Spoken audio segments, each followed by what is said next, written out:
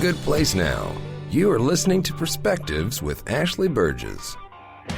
Welcome back live to Live Your True Life Perspectives, and I'm your host, Ashley Burgess. Today I'm talking about negativity, talking about energy suckers, even talking about narcissism. You know, it's time for us to do a personal inventory in our life.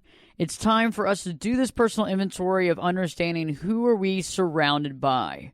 Who are we dealing with on a daily basis? Who are we interacting with? And are they positive or a negative influence in our life? And what do we do once we realize if they are a negative influence? How do we begin to let go of the people who no longer serve us, serve our relationships, serve our happiness, and vice versa? Yes, I agree it's not all about us, but it's a two-way street. And so if we're trying to facilitate a relationship based on positivity and acceptance, and other people are doing quite the opposite, we really need to get a finger on the pulse and understand why we're making this choice, why we're choosing to be exposed to this, and what we can do to safeguard ourselves and make changes right now.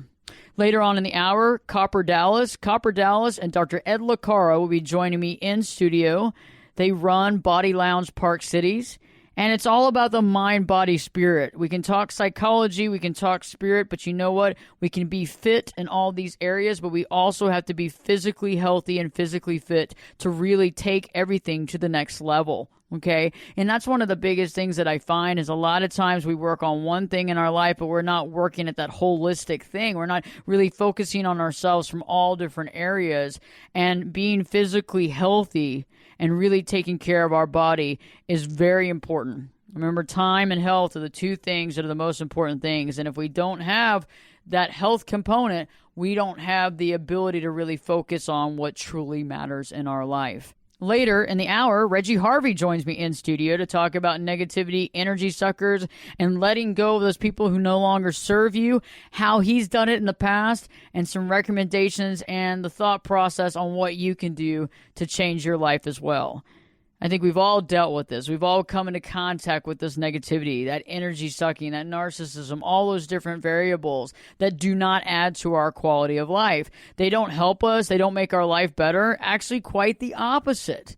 You know, life has issues we have to deal with. Overcoming adversity, overcoming problems, solving problems, dealing with issues. And the last thing we really need to deal with is having a negative or a psychologically negative component in somebody that's right in the process of our life, i.e. somebody that's close to us, a family member, a friend, that is really bringing us down on many levels. So we have the negative people. We have the folks where there's constant negativity. There really is no positive things to be said. They constantly see the negative.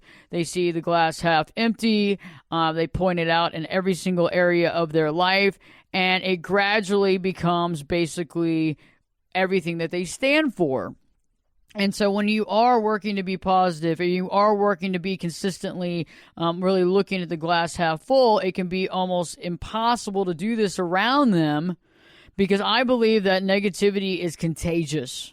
You can only be around it so long before it globs up on you. And there's some ways of helping that not to happen. However, the amount and length of exposure to this negative influence directly relates to quality of life. I think many of you listening right now have been around somebody who is extremely negative. It's almost like they suck the energy right out of the room. How long can you physically be around that person until it actually affects you? Think about it. How long? And as you're around that person, how do you begin to feel? Do you begin to feel sick? Do you begin to feel beaten down? Do you begin to feel kind of like queasy to your stomach, a little ill? Do you also feel tired? And because a lot of times we don't realize that by being around negative folks and energy suckers, it actually physically contributes to an unhealthy lifestyle because it doesn't make us feel well. Okay? It really just kind of sucks that life force out of us. And oftentimes we can get tension headaches, we can get headaches, we can feel like we're under constant attack. We can actually feel confined, and our energy level can go to an all-time low. And that becomes a massive problem when you're having to deal with this on a constant basis. Because, life can be hard enough, but think about adding this component to it, right? And a lot of times we don't realize how that contributes to us not feeling good, to us thinking in a negative thought process. And when we begin to try to open up to somebody like that, what happens is we can talk about some of the things we're working on, or maybe some of our hopes and aspirations, and that's great, except for what usually happens is they're going to find the fault in the process. They're going to find the problem. They're going to tell us why we can't do something. They're going to show us why we can't make this happen, and that is not the component that you want in your life. The last thing you want is somebody that's contributing to a wavering self-esteem and self-worth, as well as when you're around that, as it can be contagious, we need to really focus on limiting that exposure. So as you're taking this personal inventory, who are you around? Is it a brother, sister, mom, dad, friend, whoever? Who are you around that contributes to this negativity? So think about those people right now, and how often do you need to see them? How often do you need to communicate with them? And how much time do you spend around them? I have clients that come into my office and they don't even realize until we're in session talking about this. Usually in the 4th or 5th or 6th session, we'll be talking about something like this, and we talk about who's your cheerleaders, who are there to support you. And you begin to kind of piece away some of the folks who are in their life that are not adding to their quality of life at all. They're actually causing problems. And some of it can be even the closest of our friends. But I want you to begin to do personal inventory of how you're feeling around people. How are you feeling? What's going on in your mindset? What are you thinking? What's happening in these different levels? Because a lot of times we don't even realize what's really taking place. A lot of times we don't even realize that it's happening. And so we don't even safeguard ourselves because we don't even realize it's going on.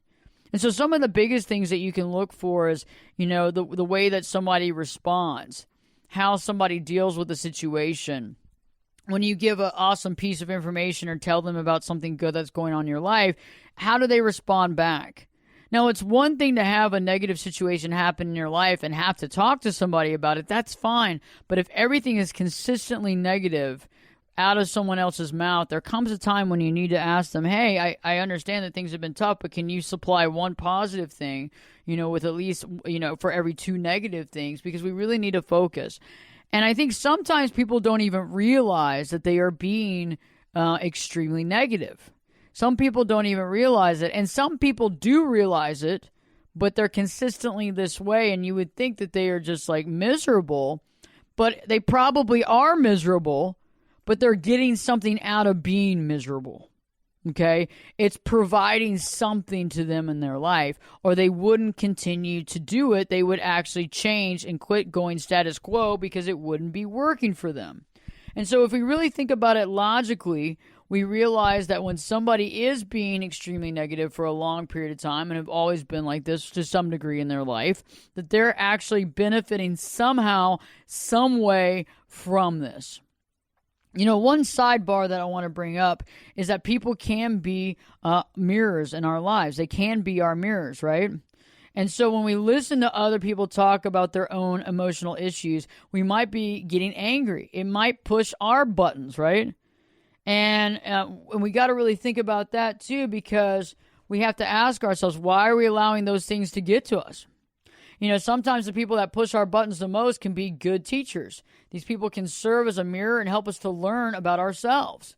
When we see things in other people that we don't like, it should compel us to search within ourselves for those similar traits.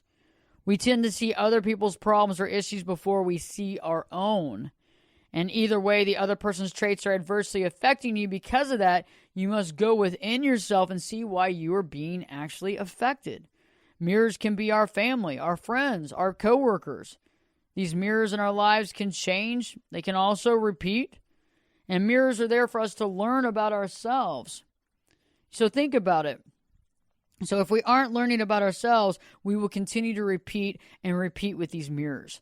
These mirrors could keep us looking at the same image to learn from. And once we begin to identify the mirrors in our life and we learn from them, our relationships with others will grow and we will grow as a person as well. And so we might be dealing with somebody that's extremely negative or energy sucking, and that's fine. But we really need to make sure that this is not someone that's mirroring us.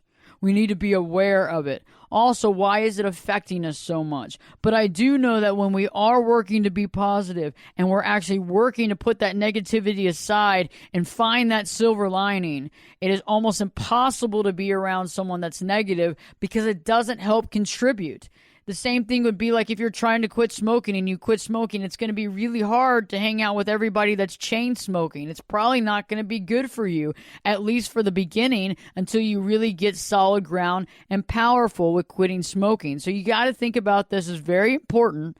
It's just as important as that, and it's something that you want to put into your life and be aware of day to day to overcome this. When I return, I'll be talking more about the personal inventory and what you can do right now to safeguard your life. Stay tuned, because Live Your True Life Perspectives with your host, me, Ashley Burgess, will be back this time in 2 shakes. I'm ready to fly. Turn it up and jump in the deep end on Perspectives. Now, here's Ashley. Welcome back live to Live Your True Life Perspectives, and I'm your host, Ashley Burgess.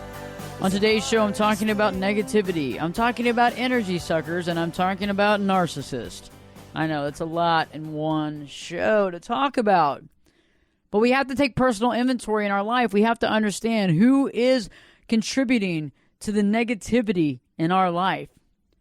Who are we surrounding ourselves with that are suck the energy right out of the room? And who are the people that we actually need to cut ties with because it's not helping us, it's not contributing to our quality of life, and it's actually taking us away from who we truly are. I find that there's some folks that you can talk to and you can connect with and explain and even share with them, you know, some of the things you're thinking, some of the stuff you're going through, and they can understand and they can change certain things, or they can try to be more aware and responsive and take more responsibility for what they're doing and what they're contributing to. I found that there are some folks to be the exact opposite. They are not going to take responsibility. They are not going to make changes, right?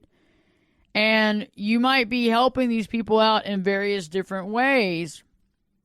You may be helping them out. You may be there to help them financially, emotionally, mentally. But they seem to not be providing anything in your life. And I think a lot of times we feel obligated to an unhealthy relationship. We feel obligated because of the time. Well, we've known each other for so long. Or because of the relationship. But, you know, when we look at negativity and we look at energy suckers and we look at narcissism and its totality, we realize that that's based on toxicity. Having a toxic relationship isn't going to benefit us. Being in a toxic relationship and bound to that toxic relationship because of the length of time or because of the connection or the title does not benefit us. It takes us sideways down the road of our life, making things very difficult to be fulfilling. You know, I've had some friends in my past who, you know, I really loved and I really cherished, but they were extremely narcissistic. It was all about them. And there were many times where I would catch that and it would get on my nerves and I would think about it, but I held it inside. Because, you know, I didn't want to say anything. I didn't want to rock the boat. And what happens is a lot of times we get to that point where we're holding it all inside, and that begins to contribute to negativity in our life.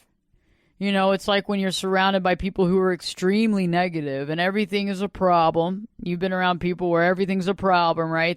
There are no solutions. The world is coming to an end, you know, and anytime you bring up something, they find all the problems in it. And I think they made a very comical thing back on Saturday Night Live back in the day. They had Debbie Downer, and obviously it's an extreme version of what I'm talking about, but you get the idea of what I'm talking about when you're trying to express something of value to you, a life change, something that you're working to create, and they're going to find all the faults and all the problems.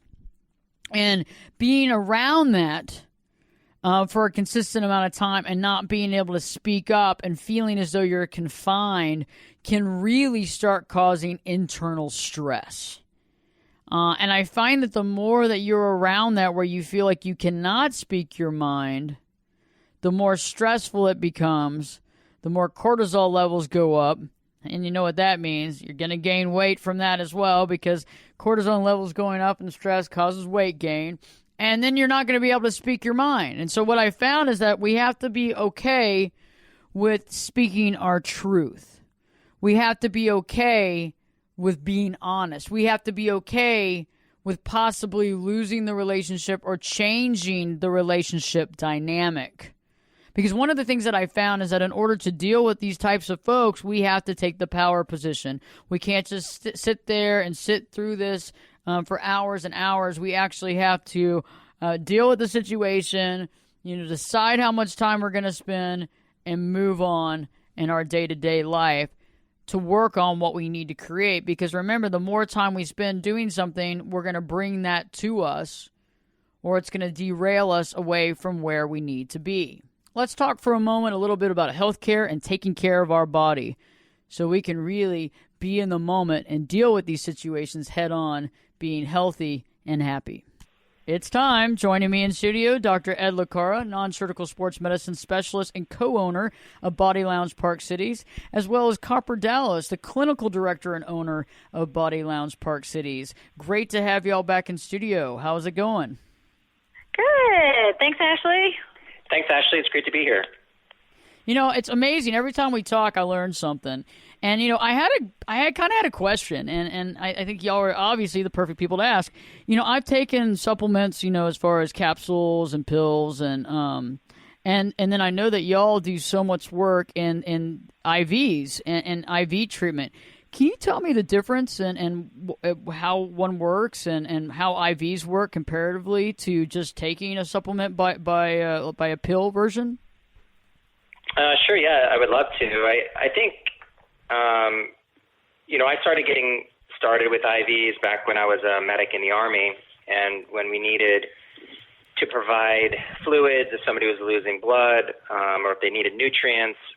It's kind of what started me really looking at how vital it is to make sure that your hydration levels are where they need to be, but also the nutrients as well. And so when we do something like a vitamin infusion via IV, it gets directly into your bloodstream, and the absorbability is pretty close to 100%. Meaning if I put 1,000 milligrams of vitamin C into an IV, you're going to take that in, your body is going to absorb almost 1,000 milligrams. Depending on the quality of oral vitamin C or something that you would take through the mouth, you may only absorb something along 10%. So you might be only getting, you think you're taking 1,000 milligrams of vitamin C, but you might only be getting 100 milligrams of vitamin C. And so one of the major reasons that we believe in intramuscular or IV vitamin therapy is the absorbability. And with the oral supplements, it has to pass through the gut, which is the big thing why you may not absorb all of it or even most of it. With, an IV or an IM, it goes directly into the bloodstream. Yeah, because I've always wondered that because, I know a lot of us, this might seem elementary, but sometimes when you take supplements, and you go to the restroom, it seems like you're just it seems almost like you're peeing out most of the stuff that you're taking. I mean, and it doesn't take a rocket scientist to realize that, and so you're like, well, how much of it's actually staying in my body and helping me? Right. And the other thing that I think is important is we're all very busy people, and there are some people that are really, really good. They have their pill box and they take their vitamins every day, and I'm not that person. Like I'll take them and then I'll travel, I'll forget my pill box, and now I don't have them for a few days. And so for me, it's much easier to do the intramuscular once a week. I have every Wednesday is when I do mine. I just self-inject it, and I know that I'm good for the week, and I don't have to worry about it anymore. And so between that and about weekly to biweekly IVs, it keeps me hydrated. and it gets me all the nutrients that I need. And it doesn't really matter how perfect of a diet you have. What the research has really shown is that we are deficient in our soils of certain elements, and specifically most people are deficient in vitamin C, they're deficient in magnesium, and a lot of people, especially during the winter, are deficient in vitamin D. And so I think that those are the minimum to be supplemented on a weekly basis. That makes sense. That makes sense. Well, it's interesting to know that, because I think a lot of us, we don't really know the ins and outs of all this stuff. And it does make sense to be able to do something and not have to worry about it for the rest of the week, as well as it being actually better for us because we're actually able to absorb that. If folks wanted more information on, where to find y'all and the services that you offer, where would they go? Well, they can go to our website at bodyloungeparkcities.com, or they can schedule a consultation with me either on the website or by calling 972-803-4432, and we can sit down and chat and see what their questions or concerns are and what we can do to help. Awesome. Well, thank you so much for the valuable information, and look forward to seeing you next week. Thanks. Us too. I love when they're in studio. Always great information. Our health is so important, because without our health, we can't carry the rest of the stuff that we want to. We can't really go through these processes, and we can't even deal with quality of life issues if we are not in a healthy state. When I return, we'll be talking more about negativity, energy suckers, narcissism. Reggie's going to be joining me in studio to discuss his take on letting go of people who no longer serve you. If you haven't already, check out my YouTube channel. Go to YouTube, put in Ashley, Berges, Ashley Burgess. Watch the newest video content. We put up new videos every single week dealing with narcissism, energy suckering, marital issues, and the list goes on. So stay tuned. Live your true life perspectives with me, your host, Ashley Burgess, will be back in. I'll be back this time in 2 shakes.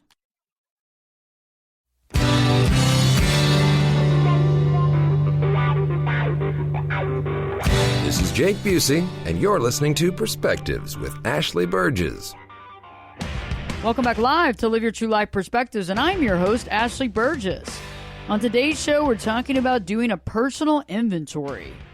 A personal inventory on your life to acknowledge and to see who in your life, whether it's family or friends or both, are contributing to a negative environment, negativity and energy sucking. A lot of times we don't even realize when we're surrounded by this. We might have intentions of doing amazing things, and we tell our family and our friends about it, and their response, instead of, well, congratulations, or I hope it works out, is more like, well, I don't think it's ever going to happen for you, and are you sure you want to put all that time in that? What if you started looking at something a little different, maybe a little easier? We often don't realize that sometimes we have to actually safeguard ourselves around people that we're even related to, even people that we've known each other for a long time.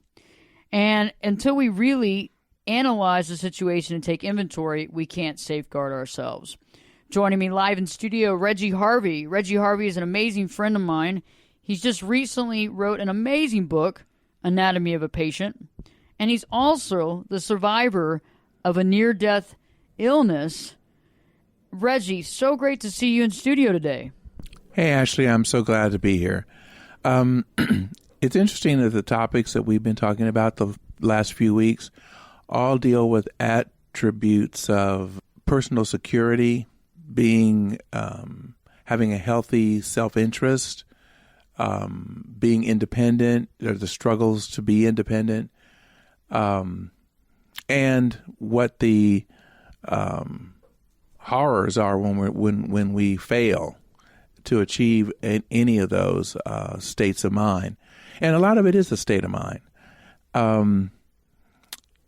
A lot of times, too, we make the mistake of rating ourselves, our popularity, and I think that's a hangover from high school, rating our popularity by how many people we can claim know us, quote unquote, or who claim to have a relationship with us, or what circle we run in, or whatever the clique is.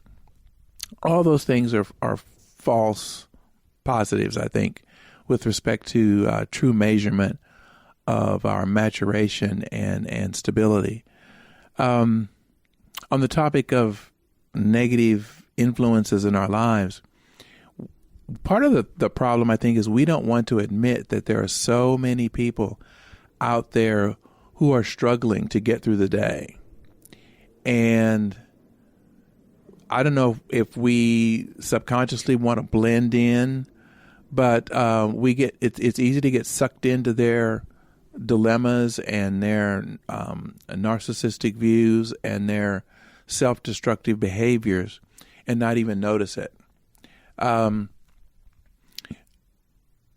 many people? I remember years ago at the New Year holiday, I would light a fire, and I always kept vodka chilled in the freezer, and I'd turn on some funky music like Janet Jackson's "What Have You Done for Me Lately," and I would go through my day planner. Remember those day planners before we had smartphones?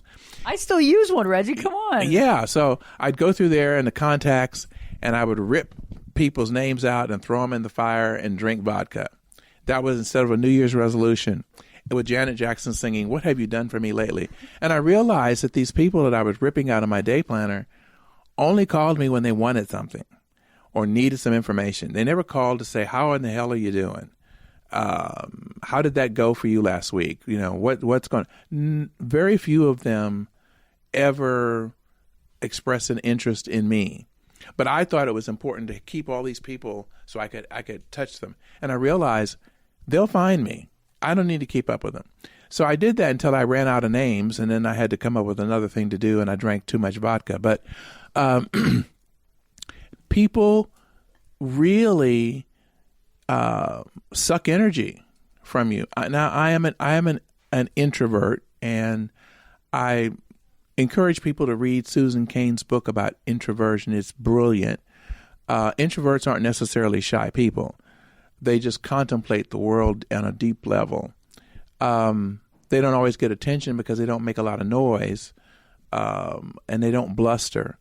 But as an introvert, I looked at things deeply, and I realized that a lot of people that are in our lives, through no malicious intent on their part, just suck all the energy out of the room. And I don't deal well when I'm in a crowd of people that take energy away. I don't need to be in a crowd to get energy.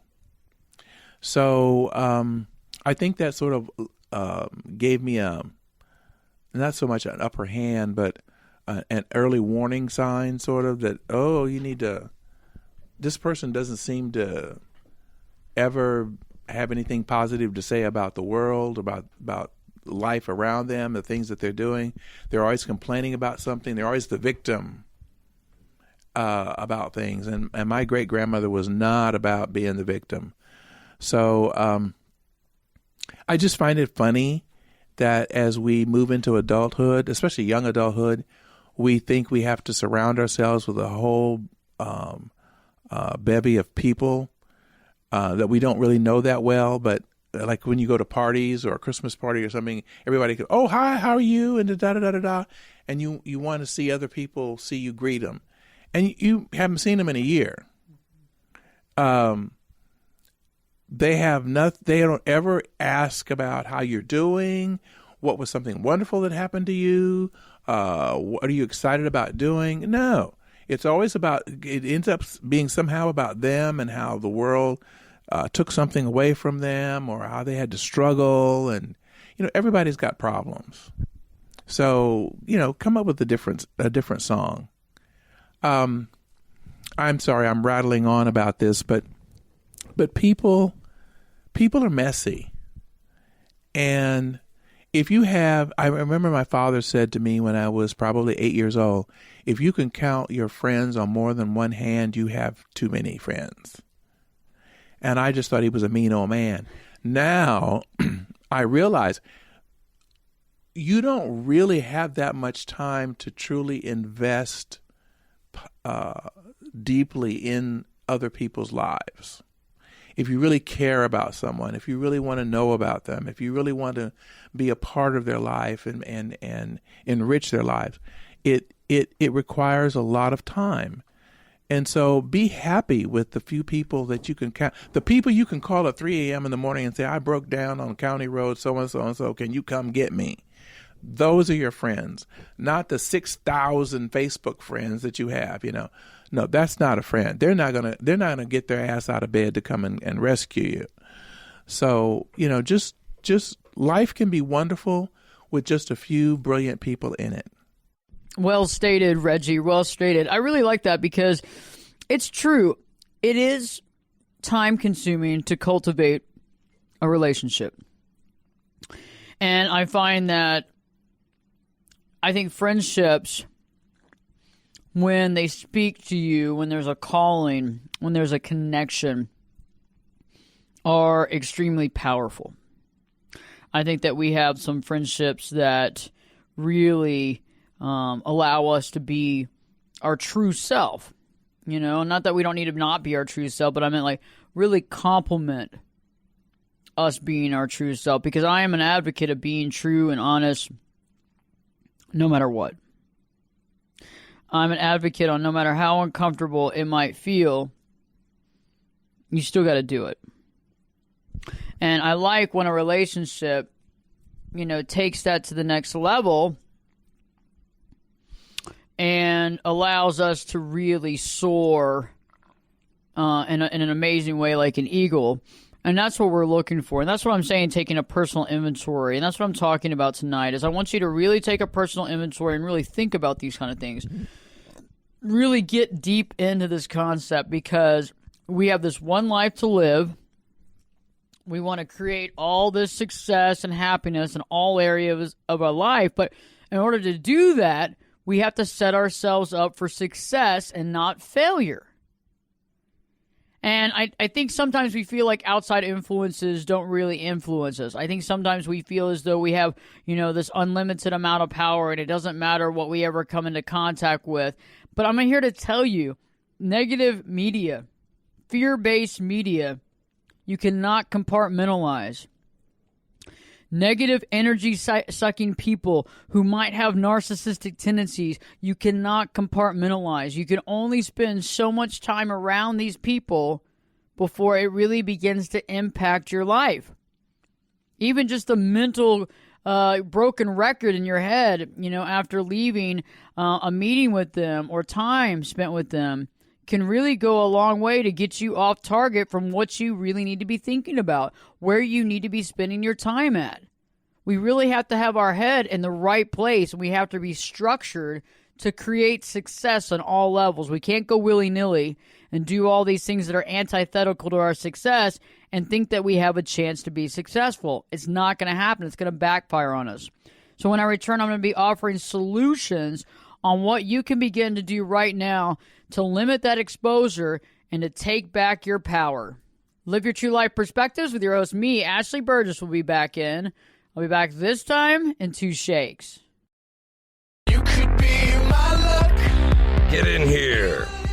You're listening to Perspectives with Ashley Burgess. Welcome back live to Live Your True Life Perspectives, and I'm your host, Ashley Burgess. On today's show, I've been talking about negativity, energy suckers, and narcissism, and taking a personal inventory of the folks who are in your life to determine what kind of people are in your life. Are they helping you? Are they not helping you? Are they serving some sort of goodness, or are they actually pulling you down and weighing you down and causing disbelief, sadness, and causing you to get derailed from the big mission that you have in front of you?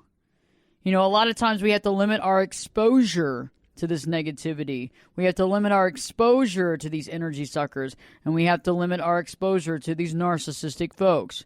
And we have to take back our pure power. A lot of times we get into these situations, we don't realize our power. We don't realize that we can change things. We don't realize that we have the power to not be around it. And I know some of you say, well, this is a family member, and I get it. But if they're not willing to take any responsibility to begin to make some changes, you've got to limit your exposure time to this individual, no matter what their title is. Okay? because it's not going to help you. Being around that type of negativity and that energy sucking and that narcissism perhaps is not going to help you. It's not going to help you to be a better person. It's not going to help you to be more successful. It's actually getting in your way and causing toxicity in your life. You know, the second thing that you want to do after you limit your time, and I mean, I'm being honest with you, limiting your time and being direct on this. So if you have a parent who's consistently negative, and no matter how often you've brought it up, they don't change, they're not taking responsibility, and they're obviously deriving something from feeling that way, you need to have it in your head how long you will be on that phone call. How long are you going to be on that phone call? And you need to time it.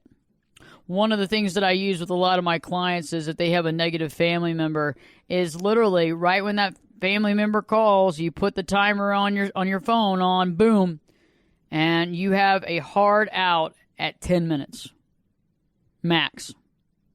And, you know, they might be wanting to talk and continue to talk, but you got to get off the phone. You got something to do. You got to go, okay? And so you just say that very nicely. If they don't, if they continue to talk, I got to go. I'll talk to you later. Bye. And you start training them. You start training them to understand how long you'll be on that phone. Because if you've been doing this 1 hour of listening to the pity party negativity this whole time, you're going to have to train them up, and it's going to come as a shock to them, but it's going to really come as a shock to you because you're going to realize you could have been doing this the entire time. Okay? When we limit our exposure, we limit the negative results that come from this exposure. Okay? So another thing that you want to do is you want to be honest with yourself. How much time can you really honestly sit through it? How much time can you really deal with it? How much can you really honestly deal with? And don't try to inflate that number. Don't say, I can do it for 2 hours. I could go a whole weekend. No. Because the last time you went a whole weekend with this person or you went several hours, what suffered in the wake of that meeting? Did you come home and yell at your husband, yell at your wife? You come home and yell at the kids? Did you drive all the way home crying, frustrated? Did you drink? What were some things that took place, right? Because, you know, that's what happens. You don't really even think about it, but it causes a spin-off reaction. It causes a cause and effect situation, and you have to be honest with yourself of what you can and can't deal with. You know, one of the things that I also want you to think about is just not falling into the trap of this situation. Not falling into the trap of this mind thought, this negative way of thinking, or this very selfish way of thinking, or the way that somebody sucks the energy right out of the room. It was funny. I was in a meeting the other day with somebody that is very much like this.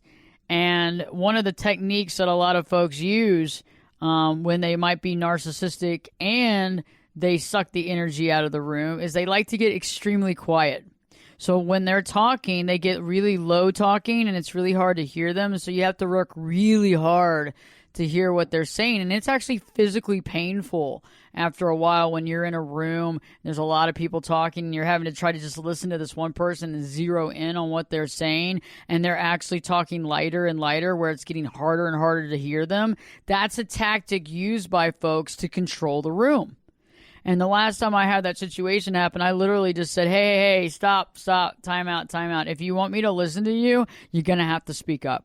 Okay, I'm fighting really hard to try to hear you. It's actually physically hurting. Okay, and so either you're going to speak up and I'm going to hear you, or you're not, and I'm going to do my own thing. So I just want to let y'all know. And that's something that's really important. You got to speak up. You got to speak up. You know, the more you hold that inside, the more anger and resentment festers inside. And nobody wants a lot of anger and resentment festering. That is not a good thing. That's something that takes us off target and hurts us, okay? And it gets in the way of our happiness, because when we're holding that in, we feel powerless. When we're holding that in, we feel as though we don't have a voice. We feel like we're stuck, like we're held captive in this situation, and that is just not the reality. We are not being held captive. We are not being held captive at all. And that's something that I definitely want you to think about, because when we're not speaking up, it is like we're almost in prison in this conversation, because we don't have a voice, because we're not saying how we truly feel. You know, last but not least, and usually most of the relationships won't get this far, but some will. You got to be ready to move on. You've got to be ready to move on. You've got to be willing to say what you have to say and be honest and be willing to move on with your life. And that's one of the biggest things about a power play is that, getting back your power and deriving that power is based on the fact that this relationship may or may not last, and it's okay if it doesn't. Because what I found is that most of the time anyway, these types of relationships are undermining you anyway. They're getting in the way of your success. They're causing pain and suffering in your life. They're not helping you at all. And so by holding on to these toxic relationships in your life, you're actually getting more and more off target from where you need to be.